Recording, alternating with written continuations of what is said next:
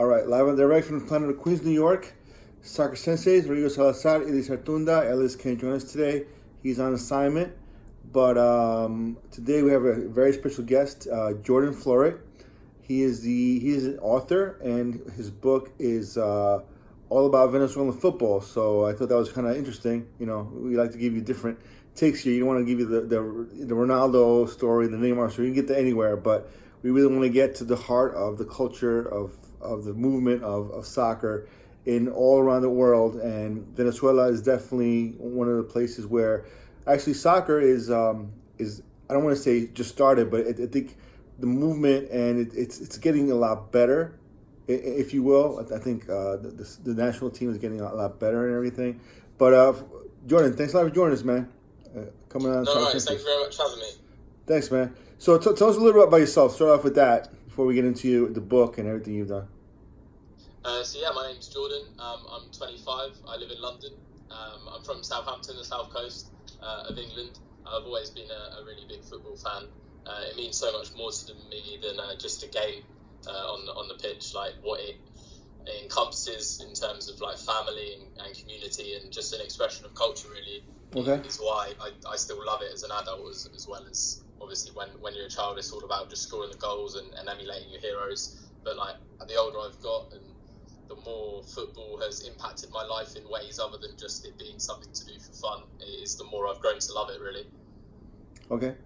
So what sparked your interest specifically in Venezuelan football? And tell us about your book. What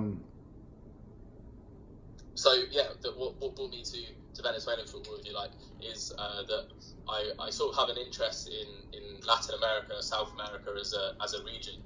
That comes from my granddad being Spanish, and I just had a real love for Spanish-speaking countries in general. And when it came to the football, South American football, just it's got a rawness and a beauty that European football either never had in certain countries or has lost over time. But I never really had much interest in South America, bar the football at all, until I met my girlfriend, who's now my wife, and her passion and interest was South America through the culture and the music. Like she's a big fan of cooking and a massive fan of like reggaeton and bachata. So when we got together, she really sort of opened the doors to that culture and that way of life. And I was just interested in learning more about the continent in general. And I read a lot. That's the way I like to learn about things. And I was just reading about different countries in South America. And when it got to Venezuela, all the books were focused on Hugo Chavez and Bolivar. And I read those books and I enjoyed those books, and I learned lots about the history and the current situation in Venezuela. But I felt like the conversation was like one-dimensional. Normally I'd turn to a book about football to learn more about a country, and for Venezuela there isn't, and so I couldn't learn about the football side of the country at all.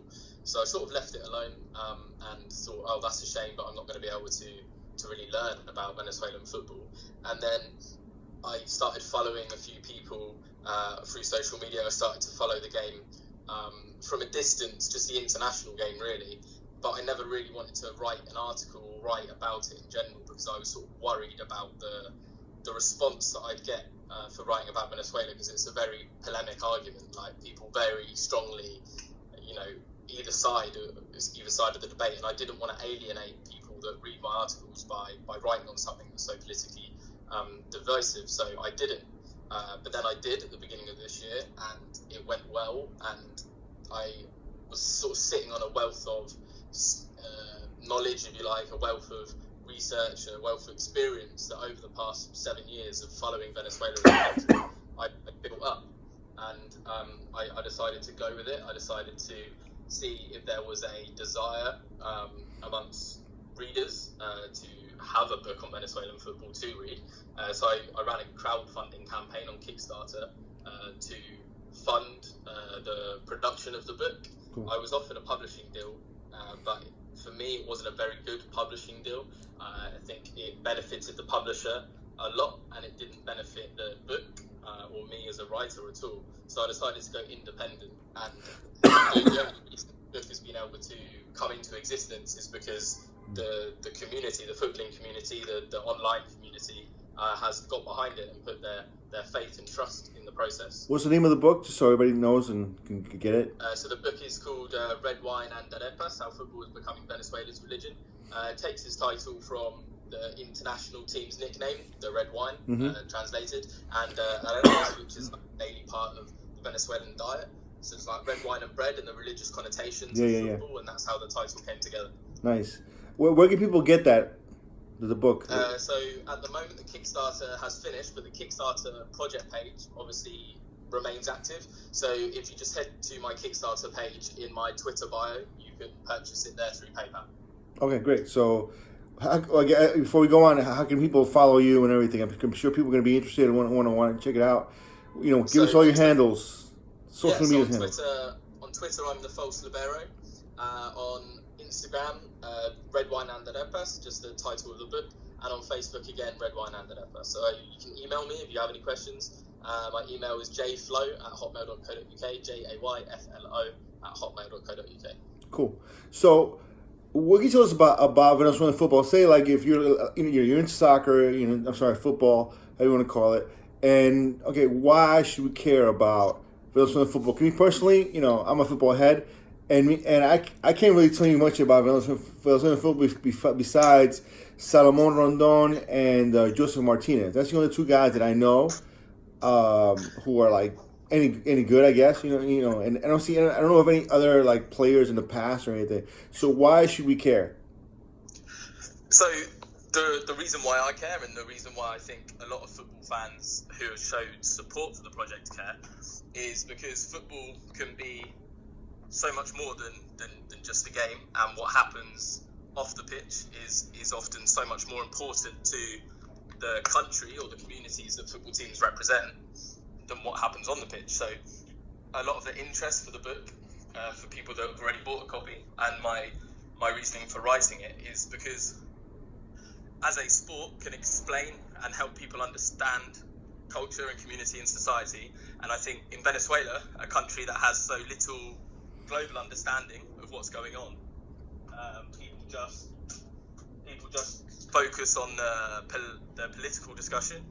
People just focus on the headlines and the crisis, and by doing so, you lose so much other aspects of society that just fall through the cracks. Behind the headlines, behind the political crisis, behind the economic crisis, there are people like you and I just living their daily lives, and that doesn't get accounted for. They're almost just, they don't exist.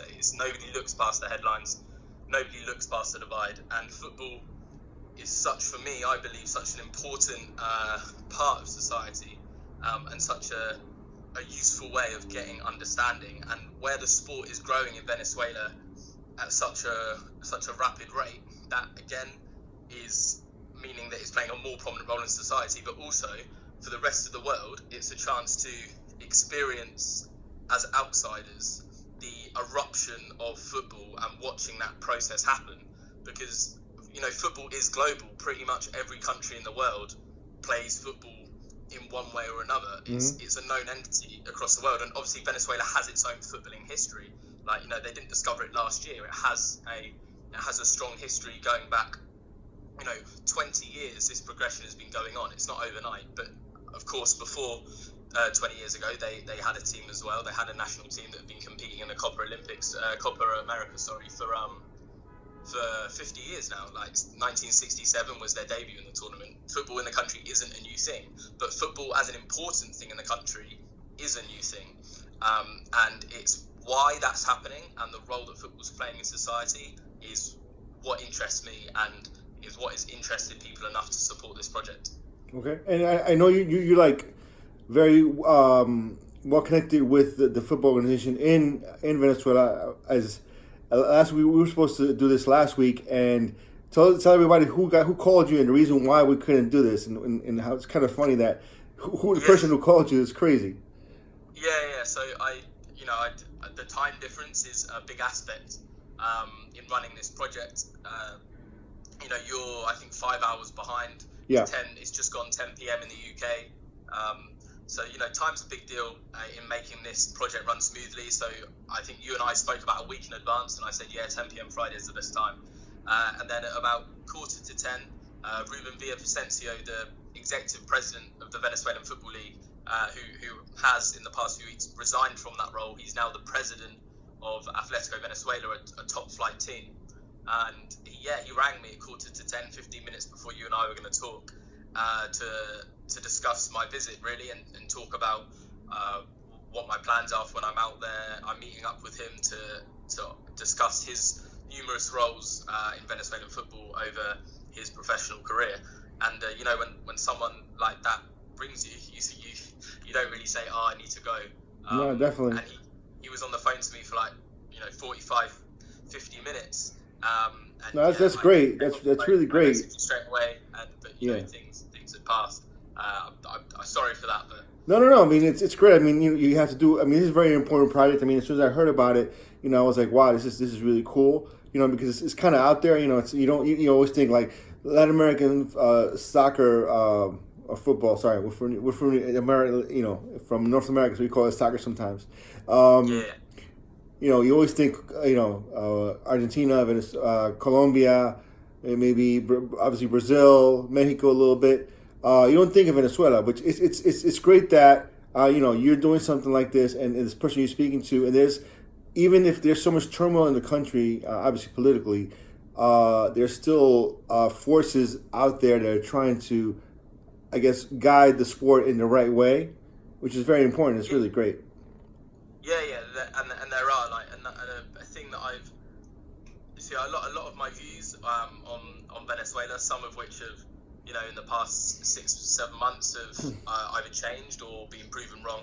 But one of the things that I have always sort of believed about contemporary Venezuelan society is because there's such a strong culture, to many people rightly, a strong culture of criticizing power, criticizing government and the institutions. I think there's a tendency for that to be like the default. So the Venezuelan Football Federation, and then by extension Liga Futbol, the organisation that runs the league, they get a lot of criticism, and I think that it's sort of like a almost natural disposition in the Venezuelan psyche, if you like, to criticise the powers that be that run things. But I think there's only so much that they can do from what I'm learning, from what I'm experiencing. There's a lot of people, Ruben being one of them, who is really trying to progress the football league. Everyone that does know about Venezuelan football in any capacity will know their national team. People from outside of Venezuela, why should they be interested in the domestic league? They wouldn't be. It's only in the past 10 years or so that even the rest of South America see Venezuelan football on TV, outside of the Libertadores or the Sudamericana.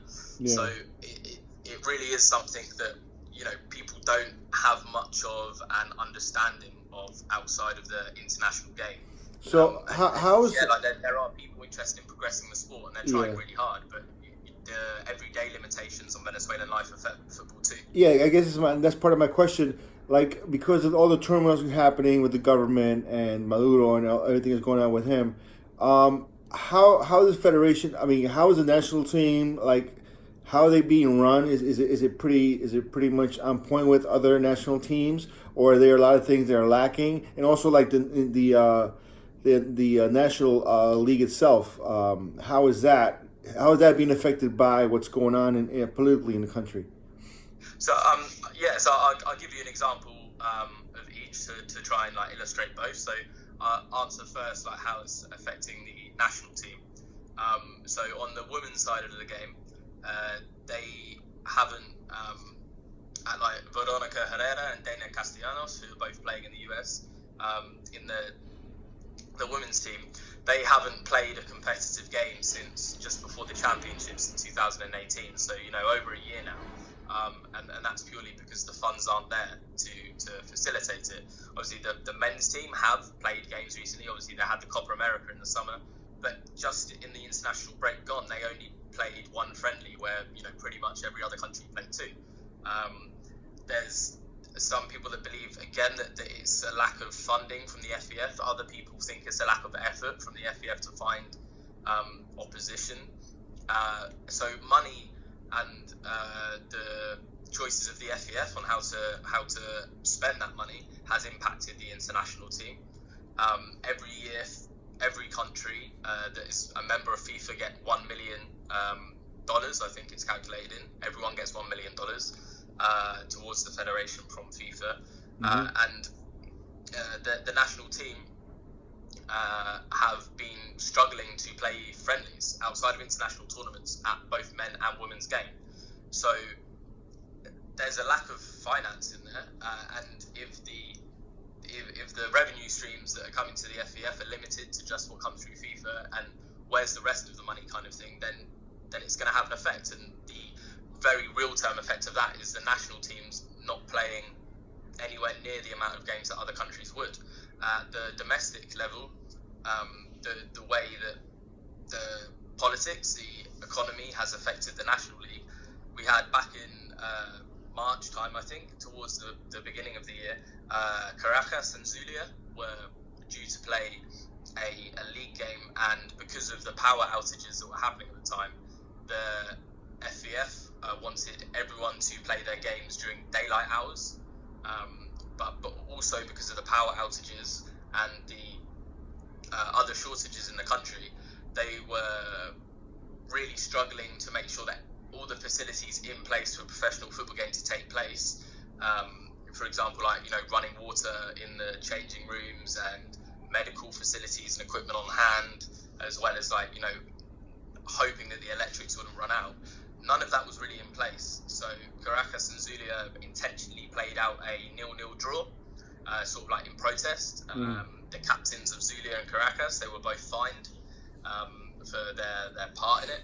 And then the Caracas captain, Rupert Quijada, he issued a statement on behalf of not just Caracas players, but the players in the league in general, saying that, they shouldn't be undermined in such a way. Like, at the end of the day, yes, they're football professionals, but they're also people, they're also like everyone else, and they were being put in what he describes, and I think what's fair to say, in an unfair situation, being expected to play when conditions are, far from perfect, and to then be punished for the process in such a way. Like, both teams were fined, I think it was 40,000 bolivars, which at the time meant about $40. So, it's not a massive fine, but that's only because of hyperinflation. So the situation has affected the national game as well as the domestic game, and it will continue to do so, because you can't separate football from politics, in my opinion. Definitely. And you shouldn't have to. I think football should be a political tool. But where I stand on that is football should be a political tool for the people. It shouldn't be a political tool by the government, and that's I believe that regardless of the government in charge, be it a left, a right, or a centre government, football should belong to the people and should be used politically by the people, and not by any governing body. Yeah. So do you also talk about the one of the things that you mentioned on Twitter was that you were trying to collect jerseys and football equipment to take over to Venezuela when you go out there. When you're going out there in about a couple of weeks, right? Yeah, I go in about a month's time now. A month, okay. I started 2 weeks ago. I started a kit collection. Really, I ran an appeal on social media, on Twitter, asking people just to donate any unwanted or outgrown kit that they had, predominantly like kids kit and teenage kit, because there's lots of budding footballers out there. There's lots of kids whose break from reality, whose passions and dreams for the future is football, but they don't have the equipment that you and I would take for granted at their disposal. So I was just asking people to anything that they had that could do with a better home. How can people get that to you? To donate. How can people? So again, on my Twitter, my pinned tweet at the top has all the details. Okay. And if you just drop me a DM on Twitter, we can arrange something. So I've had a few people from America contact me. Obviously, I'm in England, so the difficulty there is posting. Like, is it worth you posting a jersey or two to the UK, considering how much the shipping would cost. That's an individual basis whether somebody wants to make that decision. But the way a few people from the US have chosen to help is by donating, $10 or $20 or whatever they want to the project, and then I've used that money to go to a sports outlet in the UK and buy football jerseys and kit, and then I've sent the donator the receipt of the money that I've spent and pictures of what I've bought as proof that I'm using their money responsibly. That's cool. I can do that because that's one of the reason why I eventually reached out to you was because I have a couple of kits that I'm not using anymore. But you're right. To send it to you in England for you to go into Venezuela may not be easy. So maybe that's the best way to do it. But Jordan, thanks a lot for joining us, man. Before I let you go, what is your team in England? Who do you support? Don't tell me Southampton. Yeah, Southampton. Oh man. I've just watched the game. My condolences, man. My condolences. Yeah, it's all about Tuesday. We've got we play in the cup on Tuesday against our rivals Portsmouth, and we haven't played them in 7 years. It's an away game, so it's at their stadium. Wow. So that's gonna be massive. I'm glad Portsmouth is kind of back in business because for a while they were like just dropping down in divisions and whatnot. So. Hey, good luck with Southampton. But Jordan, thanks for joining us, man. You're doing a really good job with exposing Venezuelan football. And like I said, if anybody wants to donate to the cause, Jordan's going to Venezuela. A lot of people out there in Venezuela that there's no Sports Direct, there's no Foot Locker over there where they can buy their sporting equipment, to get their soccer jerseys. So any hand you can give them would be great. You can reach him out at Twitter at the false libero. You can send him a DM, and he'll definitely get back to you. Again, man, Jordan, thanks for joining us on Soccer Senseis, and we'll talk again soon. Thank you very much. All right, man.